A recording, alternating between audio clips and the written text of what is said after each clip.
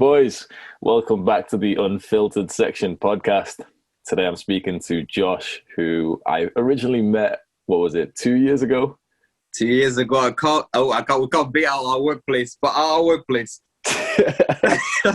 Well, one call with this guy changed my life.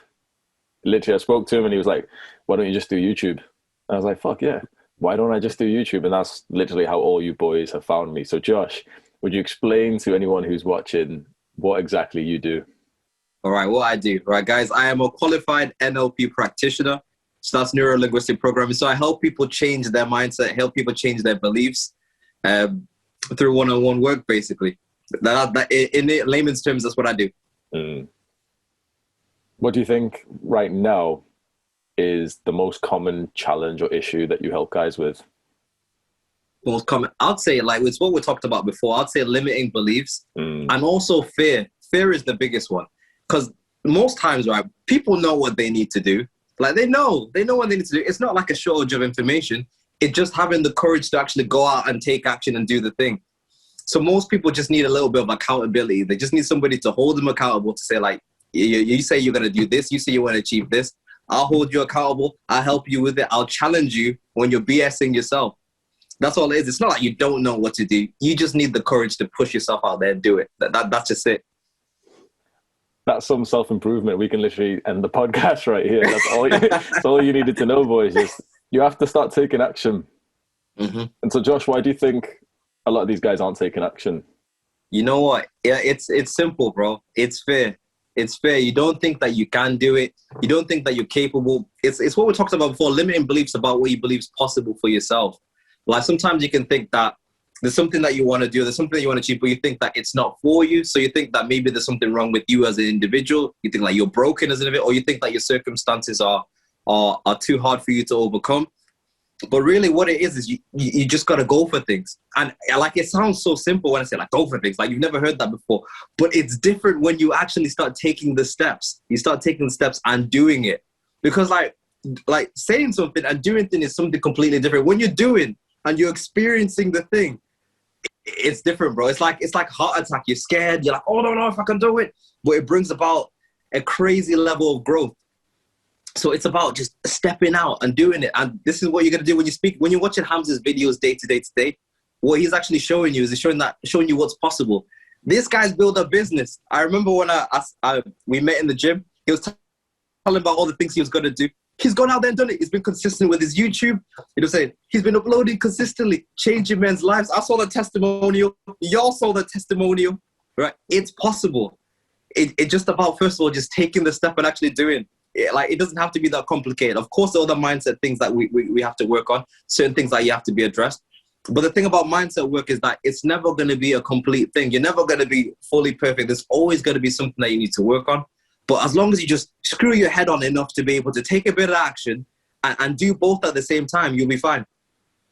Well said. Let's talk about that first day we met, man. So we worked in the same job. We what was it? We sent in each other emails or something. We're like, yo, I'm trying to go to the gym later. That's it. Yo, that's how it began. I realized we both had a passion for the gym because we had another friend, Christian, who used to talk to you more. So Hamza was like, yeah, man, I train in the morning and I train at lunch. So we got together and we trained at lunch. And I realized this guy was red pill. So I was like, somebody else. So, bro, honestly, we clicked like that and started sharing ideas. And then here we are, man. Here we are like a whole year later. With that original conversation you have with a guy that you think might be red pilled, and you're slightly you're not going to outwardly say it, but you're slightly like, what kind of YouTubers do you watch? Like, that's it. MS? But yeah. Bro, that's exactly how it started. I was like, brother. So I could speak freely with Hamza. But yeah, that's how we met, man. That's how we met. That brings us to an interesting point. What do you think about how red pill influences your mindset? I think red pill is a beautiful thing. I think people take it to extremes, though. You got to be careful with which red pillers you're listening to, because I feel the core message is self-improvement, which is important for any man, especially as you're trying to develop and build your own thing. You need the self-improvement. So of course, mindset work. So reading books, developing yourself, taking action things, taking risks, and having those learning experiences. That's very, very important. And also focusing on yourself. So putting yourself first. Like, I know most guys make the same mistake. We've all made it. Like in our early days where, for example, you meet a romantic interest, you really, really like them, and then you make them your whole life. And you think you're doing the right thing. And as a result of that, you forget about yourself, and then you start being lazy in other areas of your life. She takes over your whole life, and then eventually she loses attraction and she leaves you. That's it. So yeah, I think red pill is very, very important. Very, very important. But don't take things to extremes, because there's some men on there who are red pill and they're just bitter. They're bitter because they've been heartbroken. So you want to be careful of who you listen to. Mm. Do you know, that's definitely true. But I found that the guys who are red pilled and bitter aren't actually really red pilled. They're mostly the guys who are going in the transition period right now. They're the guys who hate women, and they're saying a lot of sexist, horrible stuff. And they're actually the blue pill guys. I actually made a video, which I've never released to anyone, but it's sitting in the like private, if anyone wants a direct link to it, where I titled it "Blue Pill Men Are Clueless, Bitter, and a Danger to Society." And Oh yeah. The horrible red pill misogynistic sexist guy is actually just a blue pill guy who just suddenly got onto red pill. He's learned everything about shit tests and game and the 80-20 rule and everything. And now he's turned bitter. He's just going through the anger period.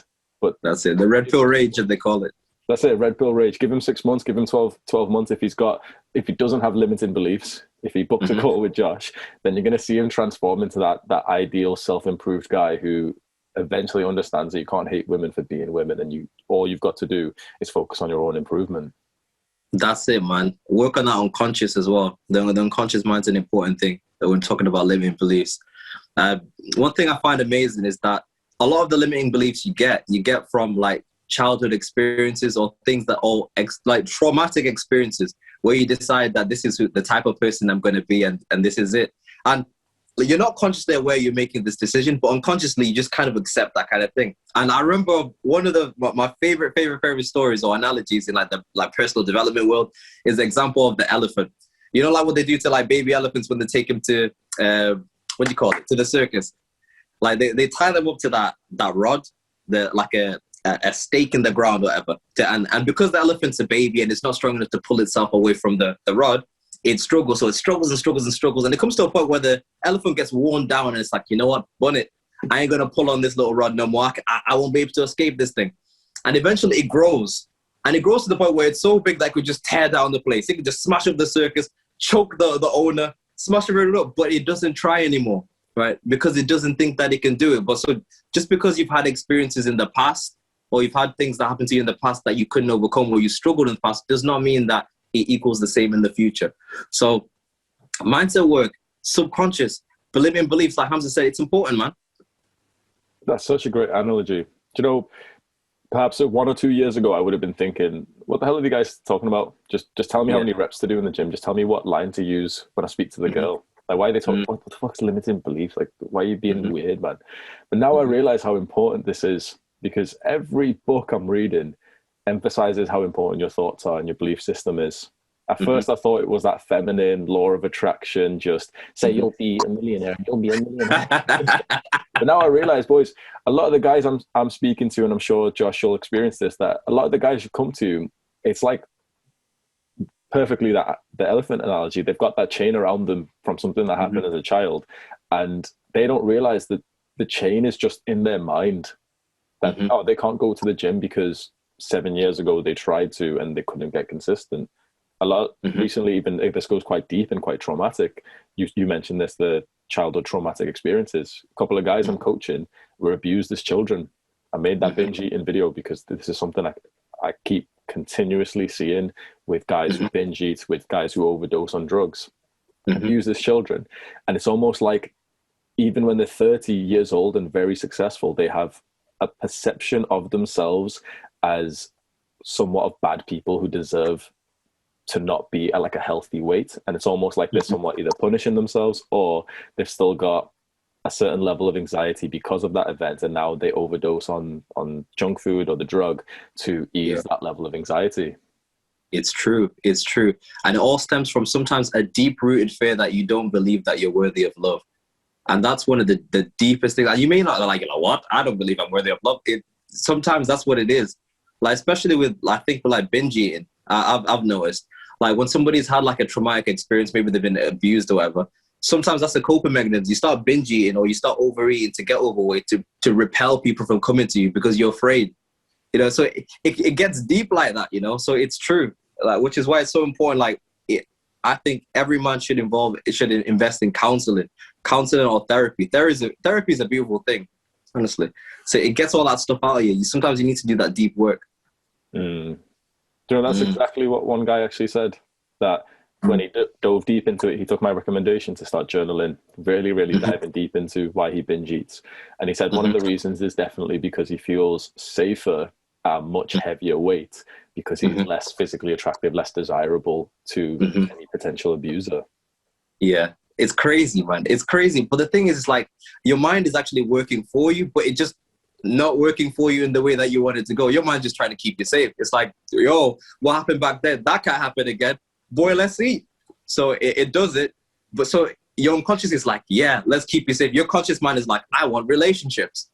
So journaling is a powerful thing, man, honestly. Like similar to Hamza, I remember last year when you were making your transition and doing your own thing. I remember we spoke about journaling, and we talked about having a gratitude journal as well. So doing that deep work.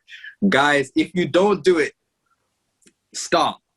Like, journaling is a powerful thing, especially when you're just writing out how you feel, because there's no right or wrong way to do it.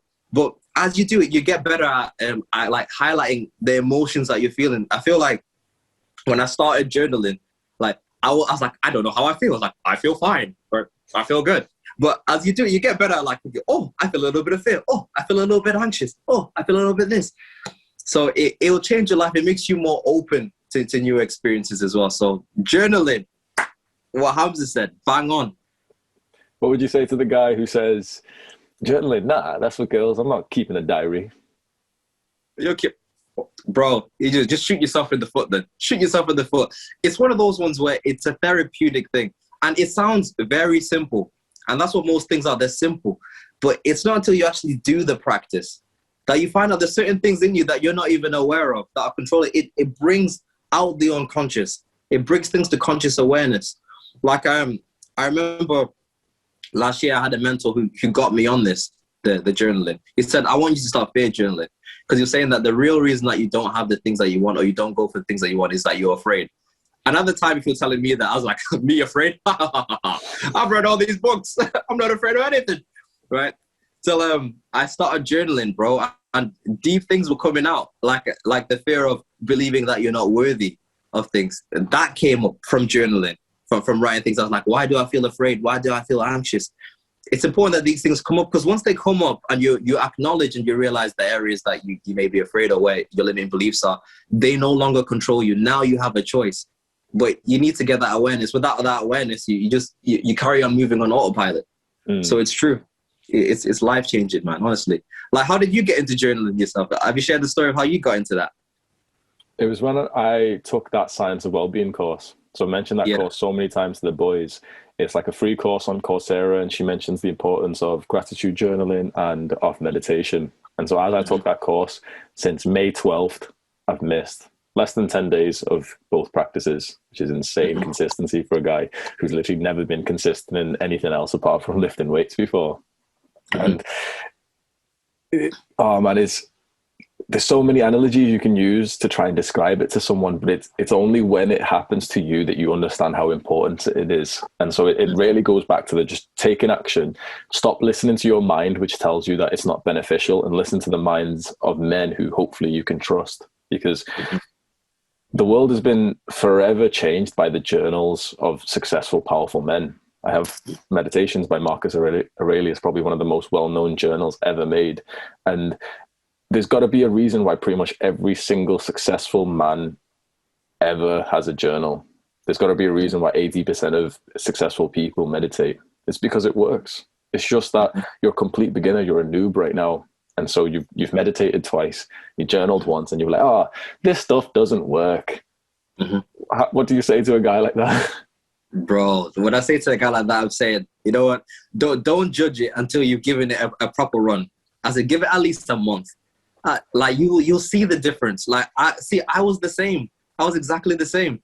Like when I had the mentor who got me on that, like for the first, I'll say maybe the first 3 weeks, I didn't do it. So we had a consultation call. It's like, oh, so have you been doing the mindset work that I gave you? The journals there. And I was like, no. I was like, I don't need it. And once again, no, I've been reading all these books. And it's like, nah, you won't be successful until you do it. Like he told me, listen, if you want to continue staying where you are right now, right, don't do it. Because you need, this is what, like all, I wouldn't say all, but I'd say the large majority, at least 95% of successful people do these practices. And it makes a difference. Like, for example, gratitude journaling. What you're actually doing is you're training your mind to perceive things, to acknowledge what you have already. And when you have that focus of the awareness of what you have already and you're grateful for it, your energy changes. And you're more likely to, people are more likely to give you things. People are more likely to be more receptive to you. And I remember when I started, after the first month or so, I was happy. Like I remember I was working a job that I hated at the time, but I was logging on and I was pleasant. I used to have an attitude with the customers. So I was like, you know, today's a good day.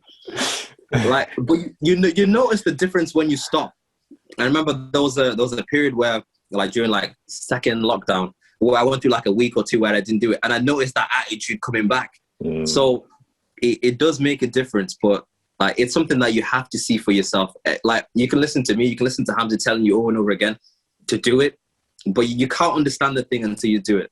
There's certain things a book can't explain, and that's one of them until you actually practice it. Well, Josh, I've got some advice for you and for any guy watching if you're trying to get into gratitude journaling. What a client actually gave me this fantastic idea. Keep your journal literally right next to your bed, pen right there. As soon as you wake up, grab it and start writing. And imagine the power of that. You're going to wake up after, let's say, 66 days, however long it takes a habit, and you're going to be in the habit of waking up feeling grateful. Is that not like a superpower? Because most of you guys are waking up after like 6 hours of sleep at 2 p.m. just that's all over your bed sheets from last night's OnlyFans. And imagine the comparison of this. And one of the things I've noticed, obviously, it makes you more grateful. When you're more grateful, you're more happy. But what I've noticed for a lot of you guys who are currently trying to get girls as well, it makes you so much more attractive to everyone. But if a lot of you guys, okay, you're just horny motherfuckers, you're trying to get some girls. It makes you so much more attractive to them. No girl has ever had a guy say that he's grateful that she came on the date with him, apart from the girls that I dated. It's like their jaw drops when I say that to them because they're used to guys like, acting cool and all this stuff. And here's like a guy like me actually saying like, Sarah, I'm grateful you came out today. Am I not like the sweetest guy? Were you going to expect that from a guy like me?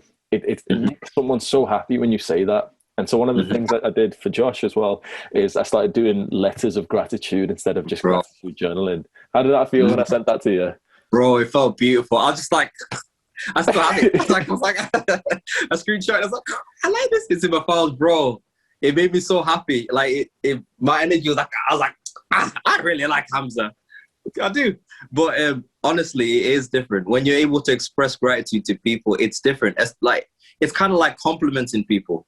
Like there are different kinds of compliments that you can give. So you can give like a generic one, like, oh, you look nice today, or like, I like what you did there. But a compliment is significantly more powerful when you can like address something or a quality in a person and give an example of when they did it. And that's what your letter did. Like, for example, rather than saying, Sarah, I think you're really smart, you can be like, Sarah, man, I really admire the fact that you're really smart. Like when you handled this challenge, I thought that was really amazing. It carries a lot more weight when you give an example because it just shows that you're paying attention to people. And people value that, man. People want to feel important. Like all deep down, we're all me monsters. We all love ourselves. But if somebody can like acknowledge us and see us and appreciate us, oh, man, people will fall in love with you, man. They'll never want you to leave. Literally.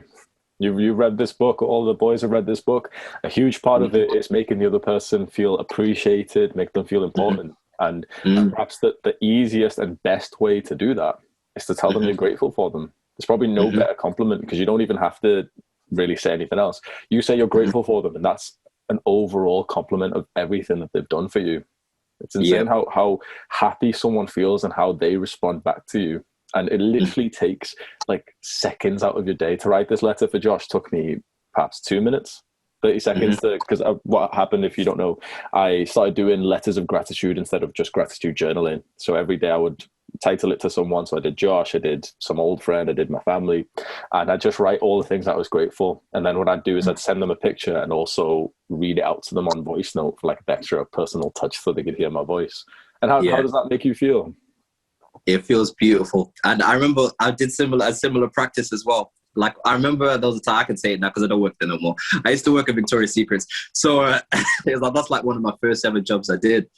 And there were all these different girls. And I remember before I left, actually, no, it was not even before I left. There was a period. I don't know why I did it, but I just wanted to write everybody a letter. So there are like 80 different girls there.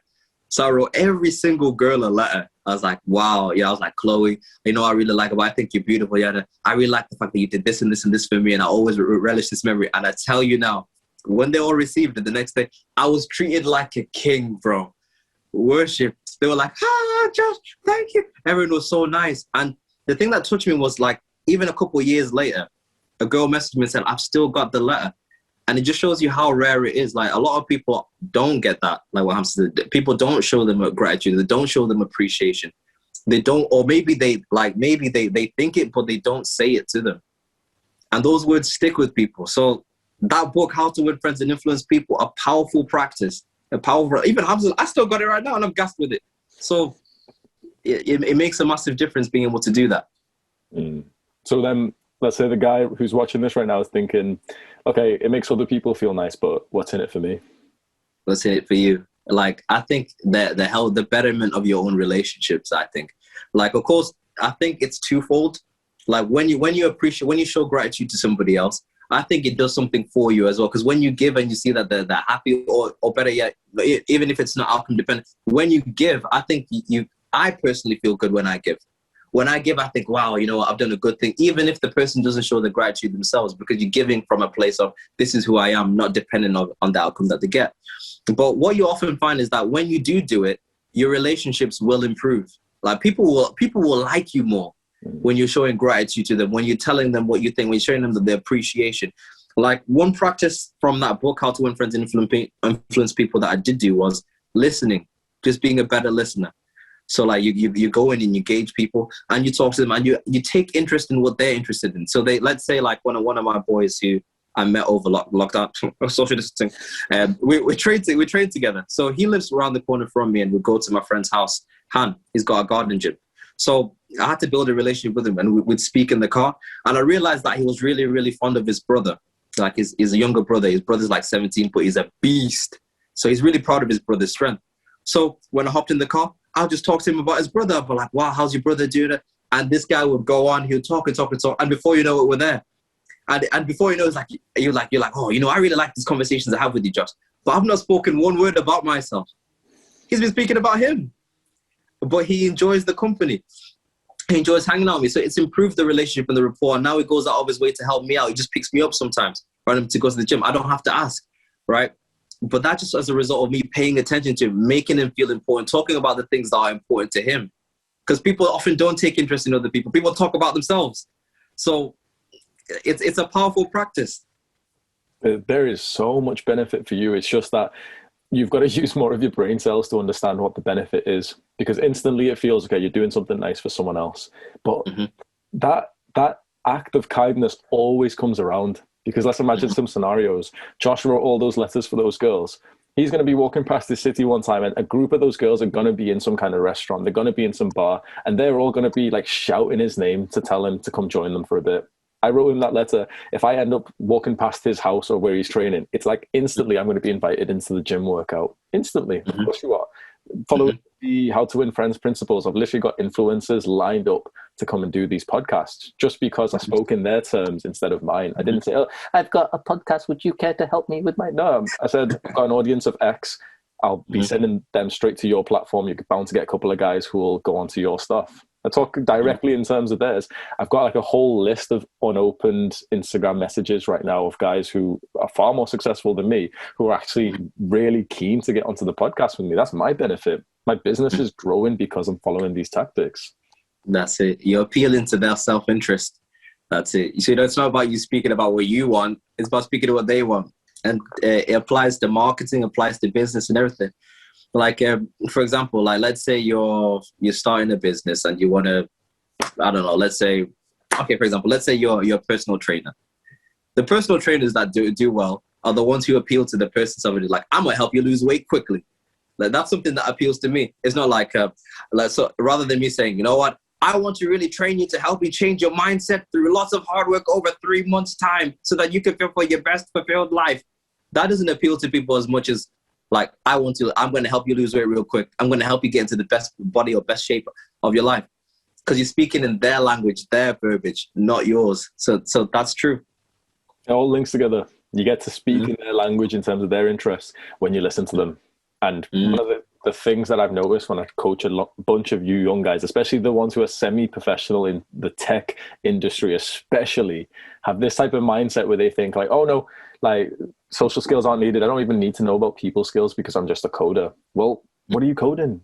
You're coding a product for the people. Imagine you compared to the guy who has got social skills. He's going to get the job. He's going to get the contract. And he's also going to develop a better product because he knows who he's talking to. Even in a niche, a field like that, where you're not directly speaking to the consumer, you'd heavily benefit from still leveling up your social skills. Social skills are important, man. And it's also about being likable as well, because I think people will overlook your issues or overlook your flaws if they like you. Like I remember there's this book called Lynchpin, and there's an example of some guy. He used to work in a hospital. Okay, and he wasn't like the greatest doctor or whatever, but he'll sit at the bedside of the the patients he was working with, and he'll talk them through what was going to happen. So like, we're going to do this, and we're going to do this, we're going to do this and this and this. And what they found out was that even though there were errors, sometimes when the doctor would make an error or they'll mess up the treatment, the patients were less likely to sue them just because they liked him, because he spent more time with them. Because you don't sue people you like. So it's the same thing. Like if you like really invest in your social skills, really work on like appealing to people's self-interest, really work on like really paying attention to what people say and then talking about what they like, that makes a massive difference. So you do need the social skills. And it boils down to that mindset, because social skills, all of this, the ability to want to listen and to speak in their terms, not just, I mean, first level upgrade from your normal behavior is to do it in a forced way, just because you're trying to get something from them. You understand that listening's better, right? I mean, that's a bit of an improvement, but what you want is actually you want to listen to them, not just for the benefit, but because you start realizing that everyone needs to talk. Like the overwhelming majority of people need to talk. And I honestly don't know many people at all, maybe a handful, if even that, of people who actually listen. Most people, when they're in a conversation, they're not even talking and listening. They don't trade roles of talking and listening like me and Josh are doing here. We're doing this so well because we've read this book and because we've practiced this skill. But most people, I'm sure you'll agree, it's like two people are talking. It's just that they're having a break of talking whilst they let the other person talk. But they're not listening to him while he's talking about something else. They've already generated the sentence that they're going to be saying. It's true. It's like, oh, I can't. Like while they're talking, I can't wait to share my example of this. Or, oh, it's like when this happened to me. You're like, bro, you don't just hear what I just said. I just opened up to you. No questions. Yeah, man, it's different. Like when you have those follow-up questions, somebody says something like, oh, really? You did this? How did this happen? What made you do this? Those questions are questions that are often not asked. And that's why, like I'd say, I don't have a lot of super, super close friends that I could talk to like that. Because a lot of people don't listen. Like Hamza listens, is very good. Some of my friends handling listen, people do stuff. But it's a dialogue. But for most people, it's a monologue. They just about what I want to talk about what I've done and my experiences. And it's draining. It is very draining. So once again, you would fare well to practice this. Read the book, practice the principles. So this is kind of like the bigger movements of self-improvements. The ultimate purpose after you've reached your potential is to try and get other people onto it. One time someone asked me a fantastic question. Okay, I'm reading this book and I'll be doing these principles, but no one's doing it for me. And I said, you know what? That's exactly right. Because you're part of like the privileged society who have been given this knowledge right now. That's why once it works for you and you realize how much more people like you, you're going to start preaching this book to everyone else, because you're going to wish to have conversations with another guy who's read the book. That's it. And it goes back to your video where you talked about that no man's an island. Was it the lone wolf dies alone? That's it. So you want to start building a community, because like as you start reading, you naturally you become a leader. It is what it is. Because a lot of people don't want to take the effort to do the self-improvement. They don't want to watch the videos. They don't want to do the deep work. They don't want to push themselves out of the comfort zone. But as you do that, you become a model to other people. People start looking at you like, I wonder what he's got. Okay, and then you're in a position where you can start preaching it. Maybe you can start your own groups and involve other people. You get involved in this community that Hamza's got as well, where you're talking to other men underneath the comments, because you need other people. Because self-improvement can be a lonely place. So you want to surround yourself with other people who are on a similar journey to you, because one, it empowers you, it gives you energy, and it's encouraging as well to see other people on the same path. That's a really important point, that self-improvement can be a very lonely path. What is your self-improvement story? Oh man, like it goes back. The layers to this. Okay, so initially it started off in sports. So I used to play football. I was decent. I played to a high level. So I remember I was playing for United at one point, and then I got released. Yeah, so I got released, man. So I wasn't deemed good enough to carry on playing. So I remember there was a point where I went to another trial. So this was like when I was 17, 18 for Oldham Athletic, and I didn't get in. And I remember I said I wasn't going to go to uni because in my mind I was thinking I'm going to go play pro, but it didn't work out. So at that point I was like, damn, what am I going to do? So I started gymming, and I started, like, you know how you see those cringe motivational quotes? You see like, oh, you can do it. So I started reading books and that kind of thing. So I was reading books, and I was like new to that kind of thing in the gym. So I tried to build up my own business. That plummeted in that field. But then where it really got deep was when I had my first heartbreak. That's what did it. So there's a girl that I was talking to that I used to work with, and I really liked her. I did all the simpy things, and it blew up. I have to share the story. I have to share the story because it's embarrassing, but it encouraged the people. So I remember I was persistently pursuing her, and she wasn't feeling me, but I wasn't like comprehending the signs. I was like, maybe I just need to try a little bit harder. So I remember at the workplace, it was like Valentine's Day. No, it was Christmas, close to Christmas. So, in town, how they have those people who are like selling the roses and the chocolates. I got all these roses, and I got all these Ferrero Rochers, like, the big box, the big ones. We have like multiple. So we got those coconut ones, bro. The custom ones, boy. And I wrote a card. I was like, I really like you. I even, what? It was so cringe, bro, because I liked her a lot. And I knew her favorite color was green, and she used to like those green jelly babies. So I even drew green jelly babies on the card and colored them in, and I put it, look, green jelly babies. So, sim. So I did it, and I brought him to work, and I put him in a locker, and I went to her, and I went, I left something for you. So she goes and sees it, and she gets a card, and then she goes, I got you a card. So at the end of the shift, she's like, make sure you read the card. So I read the card, and then I open the card, and I was like, yeah, thank you for that. I like you as a brother.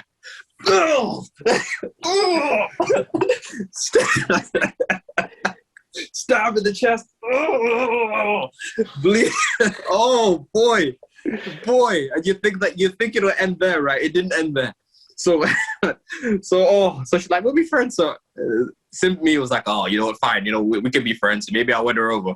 So we carry on, and I still kept trying to make moves over and over again. And eventually got to the point where I saw a video on YouTube where it showed all these people, all these guys like professing their love to their friends, their female friends, and all the girls were like, yeah, I want to be in a relationship with you. So I tried one more time. I rang, and I was like, I just want you to know that I really like you. And then she was like, nah, man, I can't see you anymore. This can't happen anymore. She's like, I don't like you like that, yada, yada, yada. And then she cut me out of her life like that. So that was like the deepest heartbreak I've ever felt. Like, bro, I was crying on the treadmills in the gym. It was that bad. So at that point, yourself with cardio. Boy, I was crying. It's so embarrassing because you're telling all your boys in the group chat, like, hey, this is good. They're like, yeah, man, go for it. But it blew up in my face. So I was crying on the treadmill. I'll never forget this. It was a Thursday. I was crying on the treadmill. And I thought, bro, this is never going to happen to me again. This feeling that I have, this can't happen again. So I got real deep into it, this personal development. And years on, here we are. Learn about the red pill and everything. So that's what got me in it. How about you? I don't think I've ever heard your personal development story like that, though. Mm. It was a little bit similar to that, but imagine with multiple different girls over a 1 or 2 year period, getting intense crushes for girls and not having any confidence to do it. Just trying to, build up to speaking to them in classroom and like stuttering whilst I say it. And then 6 months later, seeing that they had like a new boyfriend on Facebook and feeling my heart just crumble, just going to sleep, cuddling my pillow every night, thinking about that. There's a dry hump in my pillow. Nothing worked, man. Honestly, I had absolutely zero success with girls, but a lot of it, honestly, was because of limiting beliefs. That's why I really wanted Josh to come onto this podcast, because I was so convinced that girls wouldn't like me because I was brown skinned. And so my theory became correct, but it wasn't because I was brown skinned. It was because I framed it like a pussy. I went into every single interaction already thinking that she doesn't like me. And now compare that to now, when I go into every single interaction already thinking that they love me. And the success is tenfold different. So every single girl I had a crush on, nothing worked. I wouldn't exactly simp, because I just didn't have the confidence to even message them more than what was like socially acceptable. But I'd send them stuff like, oh, hey, what you doing? They'd be like, oh, I'm just getting ready. What about you? And I'd be like, oh, I'm speaking to a cute girl on Facebook. Just no reply for like 5 hours straight. I ended up finding all the stuff online, but I didn't even dive deep into it at first. I remained on a very, very basic level for a long time, got a girlfriend.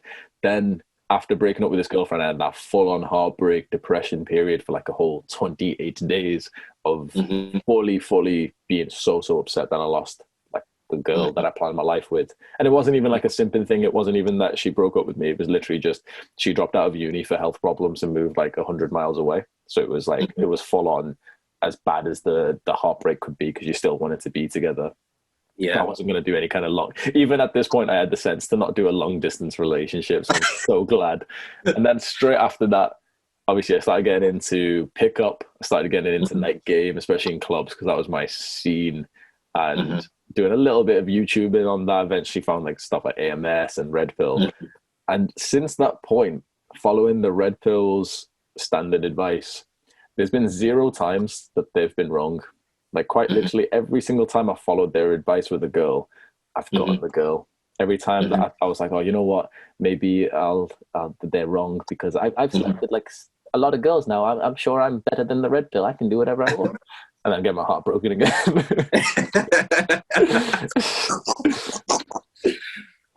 That's it. You do. You think that, oh, don't worry, it's different this time. No, brother. They've got to be not. Play by the rules, bro. No one's better than it. Understand human nature for what it is. That's exactly what it is. I think because we started this call speaking about, the percentage of Red Pill guys who are really, really sexist and bitter.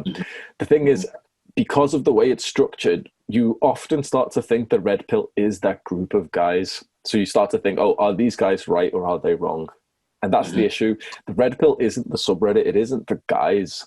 It is literally just the natural order of things. Every single person was naturally red pilled 100 years ago, and society made us blue pill. And that's why we struggle with girls, for probably one of the first generations ever who fully struggle with girls, because it's unnatural to be acting unmasculine. It's unnatural to be acting like extremely feminine that the society wants you to, and the society's wanted women to act really masculine. So it's thrown it all off. And now also because of the internet, because hypergamy is put on steroids because of the internet, a few percentage of guys are getting the overwhelming majority of girls. Because why would a girl settle for like your average ass when at the same time, the same effort that she could get you, she could also swipe on a guy who's been working out for 10 years. And of course, the guy's going to right swipe every girl on Tinder anyway. So it's a nice, right? It's true, man. It's true. Like the absence of the father figure as well makes a massive difference. It does. Like I think was it during the World War time that was the period where the father was away and the dad had to be the son or the boys had to be raised by the mother. You go to school, you're raised by female teachers, so you haven't really got the male model. And then of the male models that you have, there are not many who are fully masculine like that. So you do need a male figure because, like, even me as well. Like, I've been raised from a single parent household, and I love my mom to death. She can't teach me to be a man. She can only teach me her idea of what a man is, right? And that's what a woman can do. She can't teach you what to do. They've got the idea of what it is, right? And it's like, you know, do the right thing, say the right thing, be there for your woman all the time, put her first. It sounds like the right thing to do. But when you look at women, what do they emotionally respond to? What they say they want and what they emotionally respond to is completely different. Like the type of guys that your mom dated are completely different to the type of guy that she may be trying to get you to become. It's completely different, which is why it's so important. The work that you're doing is very, very important. Helping men become men again, getting in touch with their masculine core, that self-improvement, that's like the essence of being a man, pursuing, going forward after things. So it's a truth, man. It's a truth. It's a noble work. Thank you. But this goes that deep. Honestly, at least for me, I don't know if any guys watching this who agrees. For a long time on the red pill, I was only on that basic level. I just thought, okay, how do I get girls? Teach me the exact lines to say, teach me the workout routines. It's just the basic level. And maybe I'm a dumbass, so it took me a while. But I've now realized that it goes so much deeper onto that societal level that Josh just mentioned, that it started with the death of the father. It actually started with feminism. And I never thought I'd be a guy who'd ever say anything bad about feminism because I was raised to think it was so incredibly important, and I still do. But it had consequences that no one really knew about. And it's a very, very weird topic to talk about because the moment you mention it as a man, you're sexist, you're a misogynist, you're a bad person. And that instantly means that we can't ever be critical of something like that. And we are where we are today as a species because of our level of critical thinking, because that's how we've optimized everything. And equal rights was absolute, like it shouldn't have even been something that was only brought in 100 years ago. We should have had it from our start, but it's absolutely needed. But the consequence of that meant that the family was okay without the father because now the government will provide. And so your purpose as a man has been destroyed. Every single guy watching this is roughly 20-ish years old. Every single one of us would have been married with kids right now. Imagine how different your life would have been if you had like two little versions of you. Imagine there's your purpose. You wouldn't be watching a guy like me on YouTube to tell you what your purpose should be. There's your purpose. What are you without that? It's true. Your life is empty without purpose, man. You need direction. Because I feel like without purpose, you do stupid things, man. You do. Like without I think there's a passage, a biblical proverb that says, without a vision, my people perish. And you do. Like you start doing dumb things. You start fapping all the time. You're busting nuts all over yourself. Like you binge on Netflix, right? Because you need some sort of direction. You need some sort of aim, something to put all your energy into, something to pursue, because that's the essence of masculine energy, to go out and break forward. And it speaks to who we are. Like when you think about most men, what kind of movies do we like? We like action movies. We like sports, like football, rugby, where you're like, you're breaking through some barrier, you're overcoming some sort of resistance. And that's what it's about. You need something like that, something to pursue. So like your ideas are actualizing your ideal self. That journey, man, that gives you structure, that gives you discipline. And for some people, you may think you can be in a place where you're beating yourself up and you think that you're worthless and there's something wrong with you. Sometimes it's just that it's not so that there's nothing wrong with you. It's just that you need something tangible, something to pursue. I think that you need that. The devil makes work of idle hands, as they say. Completely true. Very, very much true. What's your purpose? My purpose at the core is to help men become their best selves. At the core, that's what I do. So it's all about personal development, empowering and encouraging people. That at the core, and there are many different channels that you can do this. So I think purpose is the core, but don't get so stuck on the way that you go about things, because you can limit yourself in one avenue. So like, for example, it can be done through YouTube videos, so encouraging videos. It can be done through drama and plays, because I write plays as well. So I write plays about real life and kind of things, the challenges and seeing people overcome. So the different funnels that you can do it. Because I think with purpose, we can be real linear and think that it's just one particular thing that you do. But purpose has layers. So sometimes it starts off with like your interests. You go into your interests, you experiment with those. And then sometimes you can find that, like, going back to the football example that I gave where I used to play football. It started off with football. I thought football was the thing for me. But sometimes when you pursue it, you find out that the thing that you're going down, or the path that you're going down, isn't necessary for you. You like the idea of it till you find out that, you know what, I don't actually like this thing. But then it leads to something else. And then you do something else. And then once you've exhausted that, and you're like, this isn't it, it leads to something else. The layers to it. And then eventually you get to the pinnacle. So I think it's important not to just box yourself down into one thing, but just start off with what you're interested in and explore that. And it leads to something else. That is 100% true. Your purpose will continuously change, because your purpose is literally just the most important mission for you right now. And if you pursue it or if you don't pursue it, what's going to happen in months or years is that new stuff is just going to open to you. Some new doors will open to you that you didn't know previously. And so sometimes you're just going to be hit with some kind of huge realization that you've got to save the polar bears.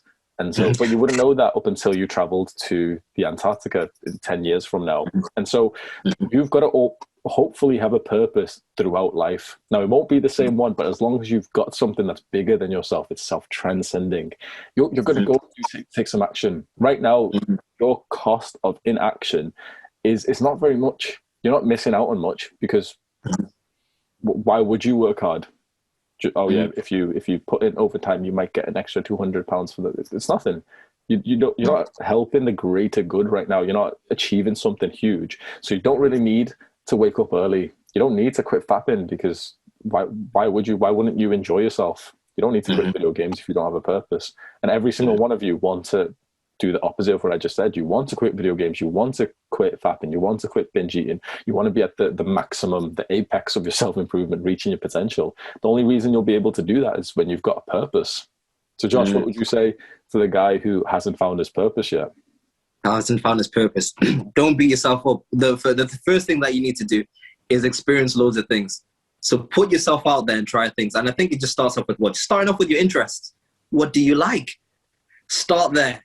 Right, and explore, because there are many different ways that people find their purpose. So I've been reading the laws of human nature, and it talks about the different ways that people do. So some people get it from like just childhood inclinations. There's just something that they just gravitate to. So like, what's his name? The guy who made Apple, Steve Jobs. For him, it was just always technology. He knew it and he saw it, and it's like, yep, this is for me. There was another Russian theater production guy. He didn't know his purpose till his parents took him out to the theater to see dramas and plays, and he's like, wow, this is for me. And for some people, they have to explore different things. There was one famous Japanese director who for like 30 years of his life, he didn't know what he wanted to do. So he did loads of things. He traveled, he tried many different things. And it wasn't until he was working at some random job, some production place. And he saw this director who was like directing a movie so excellently and eloquently. And he's like, wow, this looks amazing to me. Let me give that a go. And he became one of the best. I can't remember his name, but it's just about experiencing different things. I'm just pushing this up while you're young. Travel, talk to people who are excellent in their field, and just try things, because it's just by trying things that you find out what your taste for life is, what your taste is. So doing nothing won't help you. It's so interesting that this is literally all linked, because listen to what Josh just said. Try things and speak to new people. You have to pick up this book every 2 seconds. Literally, you find your purpose as you speak to more people. Now, of course, your purpose could be something to do with the environment and the animals, but very, very likely it's going to be something to do with other people. It might be to do with yourself, and that's a pretty good purpose. But the best purpose is when you help other people or something bigger than you, the environment or whatever. And you'll learn what it is as you speak to more people with better social skills. You'll be invited to more events, and you'll actually understand. You're going throughout your day, you end up making a new friend, and this friend does volunteering at the homeless shelter. And then there you go, you found your purpose. You're like, oh my God, I've really, really got to help these people. And every day after that, you're going to wake up with a drive, and it's going to feel like the best period of life so far, because you're finally doing something better than you. And this advice, I know it sounds pretty dumb, because quite literally our advice sounds like what your mother told you, which is get out your house and go and try new things. It's so cliche, but there's a reason why you hear this, and you've heard this advice like 100 times so far, because trying new things leads you to that moment when you find your purpose, you find the hobbies that you're good at, you find your strengths. And that is so important as a young man. It's true. It's the truth, man. New experiences. You got to try, especially while you're young, while there's like Hamza said before, you've not really got a lot to lose right now. Go for things before you get older and you start getting burdened with responsibilities. Now's the time to really go out. Yeah, you need the social skills. Practice things, try things. Don't be afraid to fail. You know what I'm saying? It's about learning. It's a natural way of life. Tell us about your play. Tell us. All right, dang, yeah. Plays. So I remember we did one on domestic abuse. So we did several. Not all of them went well, but it started off because I remember I used to do drama in high school and college, and I used to write plays. And my mom was like, "Your plays are really good." And it was at the local church at the time. They're like, "You know, why don't you do plays?" So they're like, "Yeah, I know you can write plays. Just don't you do one?" So we did one. The first one we did, I think it was on domestic abuse. So I wanted to share like the reality of it and how somebody can overcome that situation. So me and my friends, we got together, we wrote it out, we got a bit of good music, and we dimmed the lights and everything, and we did it. And I remember at the end of it, like it was like the best feeling though. People were crying, they're like, "Oh, I could relate to this." And I was thinking, I was like, "Oh, my plane, my plane did this. I could do this." You know, so but the thing is the actualization process that did a lot for me, because at the time I never thought I could be somebody who could lead people to create an ideal, to create a vision. So I had to practice the skills of sharing the vision, talking to people, trying to keep people accountable, say, "Guys, come on time, let's do this, communicating with the Lion team, organizing things to bring it to life." So that did a whole lot for my confidence. Then we did another one a year later, which was terrible. That one went so badly. It was horrific. And we did others that went well as well. But it brought me so much joy, and it brought me to the essence of like what my purpose is, to encourage other people and to empower other people. So predominantly for me at the moment, it's men. But at the time, I was like, I just want to encourage and empower people and inspire people. And that was like one of the first channels that I used to do that. That's adorable, man. What happened with that one that went horrible? Oh, right. So it was a Christmas one. So it was at church. Christmas must give you some PTSD, man. I was never thinking about, oh, Hamza, bro. Because you realize, I think part of it was, maybe it was rushed, but also the thing is, this, like when you're doing plays, there's a part of you that your ego is attached to it, right? Because it's your name, your thing. So bear in mind, right? We've done the successful play prior to this. So now I'm excited. I'm thinking, bro, I'm gonna invite my friends. They're gonna come see this thing. I'm gonna come see this joint. So this time I'm using younger kids. I'm using kids, and I'm giving them all the plays and everything. So we're rehearsing, but during rehearsals, people are bickering and fighting. I think there was one kid who laid hands on another girl, obviously scrapping. So it was interrupting the process of rehearsal. So we're running out of time now. Then some parents aren't bringing their kids to the rehearsal, so that's stressing me. So I'm having to pay money out of my own account to Uber the kids to the rehearsal. So we're doing this. We're getting close to the time now, and like not everybody's learned the line. So I'm a little bit concerned, but I'm like, don't worry, man. They'll come through.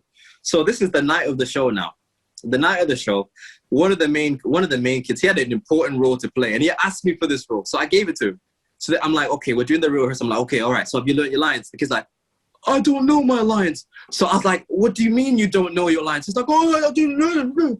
So now I have to figure out a way to write his lines on a piece of paper, but not make it look bait that he's reading the lines. So the play starts. So it's like, it's an okay start. It's going all right. So this kid comes on. So now he's not learning his lines and he's butchering his lines. It's going terrible. I'm thinking, oh my God, he's messing this up. But it begins to get worse. So bear in mind, all my boys are here now. They're all watching this. So then this lady's in the audience as well. She's got this unruly little kid that she can't control. So this kid starts wailing, crying. I'm just thinking, damn, something goes wrong with the mics.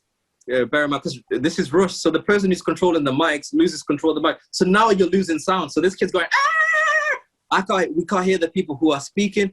people are fumbling the lines, and on top of that, people are coming in at the wrong times. So like, because people didn't, like I said, people didn't understand and learn the script. What happens now is that there's a particular scene that's supposed to happen. So the lights black out. We've changed everything. And then the lights come back on. For like a good 30, 45 seconds, nobody comes on. And I'm just thinking, oh my God, where are these kids right now? Right?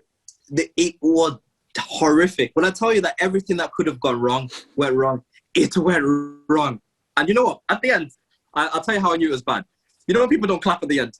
That's what it was. It was one of them ones where it's like, ah, we finished. And it was just like,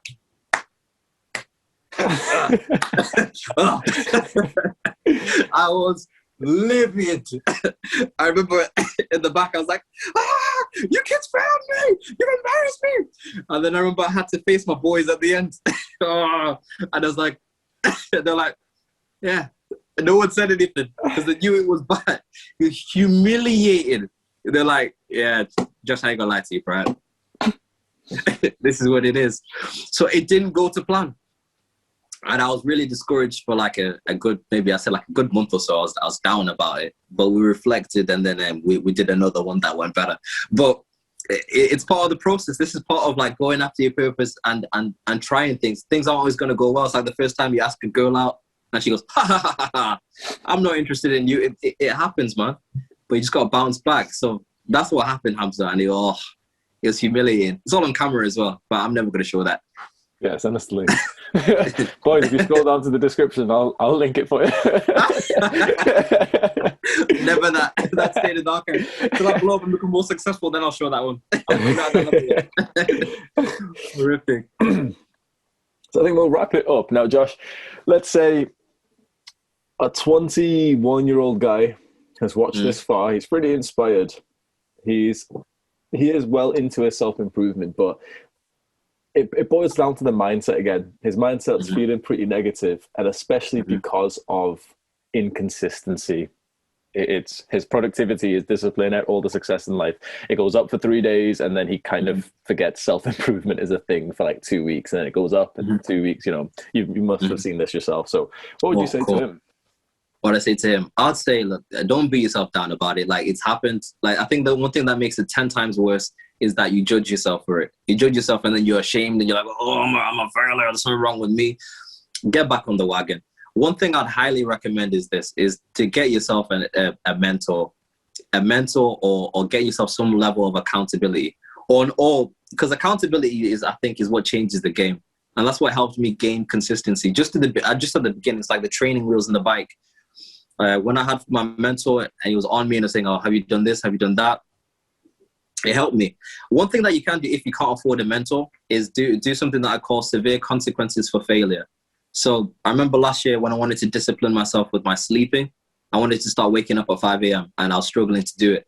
So what I did was I went on my Instagram and I told everyone, I said, listen, guys, this is what it is. I'm waking up at 5 a.m. every day for the next 30 days. If I fail to do so, and you don't see me do a little Insta live when I wake up, then I'm going to transfer every single one of you 30 pounds. Right? I said it out loud like that. So everybody watched the story and they're like, oh, is that what it is? And people would wake up just to see if I woke up at 5 a.m. Right? So sometimes you need those severe consequences of failure. Sometimes you struggle to be inconsistent because there are no repercussions to the failure. Like, think about when you go to work. Like, sometimes you can be up all night playing games, but on 2 hours sleep, but you still make it to work. Right? You make it to work because the consequences, like if you fail to go to work, you're about to lose your job. You lose your job, you can't pay rent. Your landlord's going to kick you out. The consequences are. So sometimes you need to put that external pressure on yourself to get things done. So I'd recommend severe consequences for failure if you're struggling to keep yourself disciplined. Sometimes you need that. That stuff works. Investing in yourself for some kind of monetary loss for when you don't do the thing. There's a lot of research that's very promising.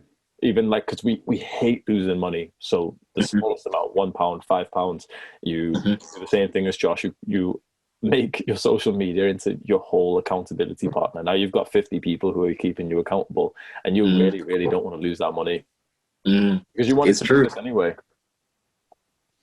Hey, they wanted to do this anyway. They wanted the results of self-improvement. And that's it. That's worth the money by far. And so you're going to find that you're so much more motivated and disciplined when you've got money on the line. It's true. When there's money on the line, there's something on the line. So something extremely painful. Like my cousin as well. He plays. Well, it's not my cousin. It's my friend's. It's my brother's little brother. But I just call him my cousin. It's like family. So he plays football. He plays for the United Academy. So we train together on the field. And sometimes to get the best out of him, you need to put consequences for failing. So like there'll be a challenge where we'll do like a little one-on-one thing, and there's a big massive field around the house. And I was like, okay, like if you don't beat me, or if you don't get at least this many number of dribbles, you're gonna have to hop around this whole field on one leg twice. He's like, "Born that. That's a big field." That sounds hella extreme, right? But it works for him, and he grabs. He grabs because he's thinking, "Born that huge field over there, can't do it." So you sometimes you need that, man. You need that little fire on your behinds to get you going. Honestly, even do I. I've got my behavior tracker on my wall, and one of the things I recently started doing is sending a picture of it at the end of the month to the Discord and to the email. And so last month, it wasn't looking so great. Like, you know, there's a lot of progress, meditated every single day, gratitude journaled every day apart from 1 or 2 days, but I missed quite a lot of my stretch routine, a couple of days of push-ups, a couple of days of bedtime. And so I had to send this picture, being, you know, the leader, the guy who's the self-improvement like master compared to all of you guys who are following my advice. And here I'm sending the picture of me not having absolutely fantastic consistency. So I sent it and I was like, oh fuck, I might actually like lose my business here. These boys might just like, look at this guy. Why are we following his advice? He can't even. He's a fraud. And now every single one ticked. That's it. That's it. Because you're the leader. You can't be leading the pack and then not doing the thing that you preach. And sometimes you find that the cost of self-improvement is a lot, man. It's not always easy. Like being disciplined isn't an easy thing. You don't always get it right. But you need to put the conditions of the parameters in place to make sure that you do succeed. So, hey, it costs a lot to be at the top end. You got to make the sacrifices. It is what it is. That's going to be a video of mine soon. And the way I explain it, boys, is that you're making a sacrifice either way. You've been used to making sacrifices for your future self, to sacrifice your future. And that's a way, way bigger sacrifice. And now we're sacrificing the easy things. We're sacrificing the chocolate bar and the video games and the OnlyFans 2 a.m. morning routine. Yeah, we're still sacrificing something, but it's for the greater good. And your future self will thank you for it. He will thank you big time. Because you know, there's nothing worse than like regret or apathy. Because like, don't let this be you. Because I know that I've noticed this as well. Even in myself and people that I know, like you can have an attitude of apathy. So that's whereby you pretend that you don't care about things. Like you see people going after the goals, you're like, doesn't bother me. Don't really care about it. Why should I try? Well, behind that attitude is just fear. And what happens with the attitude of, I don't care about my future or things don't really matter, is it bites you in the backside years down the line. Because years down the line, you realize, oh, damn, my life could have been so much better had I done all these things, had I made the sacrifices. Now there's regret. You know, now you're trying to play catch up, you know, on things that you knew. You came to this, like you've watched this, like Hamza's videos, right? You don't watch the lives. You don't bought the courses. But you've had the opportunity to hear all this. And because you've heard all this, you're in a position now where you can make an informed decision. You know better at this point. Yeah. So don't let that be you. Very common when you're somewhat of a young man, especially if you're in your studies as well. It's so common to think, oh, I wish I could go back and just study harder because I'd have better grades right now. So many guys say that to me. I wish I could go back. And I always ask them the same question. What is your future self thinking about you right now? Is he thinking the same? Is he thinking like, oh, I wish I could go back, slap some sense into the 22-year-old me? Like, why are you still, like you're literally complaining about your younger self? Well, you are my younger self right now. Set some stuff, set up a nice life for your future self, and that literally is the point of self-improvement. That's it, and it goes back to what you talk about a lot on your channel: delayed gratification. That'll change your life, guys. Delayed gratification. You realize how much time you actually have. Like when you come off social media, you're not binging all that, on Netflix, you delete your Netflix account. You have a lot of hours in the day. Like I don't have time. We all have time. Like, even if you're working a 9 to 5, well, that's like 8 hours of your day gone. Okay, and it may benefit of the doubt for commute plus 2 hours, 10. So you've still got another, and then let's minus maybe 6 hours for sleep, 6, 7 hours for sleep.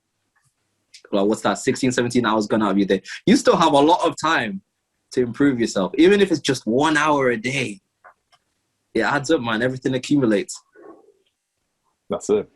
Josh, absolute pleasure to have you on the podcast and to speak to you again, man. I'm very grateful. Yeah, man. A pleasure, bro. Thank you for having me. Thank you for inviting me. Keep up the good work. Thank you. Boys, if you liked Josh's vibe, because let's be honest, this is an enthusiastic, sexy, confident guy, intellectual. He is massive as well. Flex your chest for the boys. Oh, let me make a little peg dance.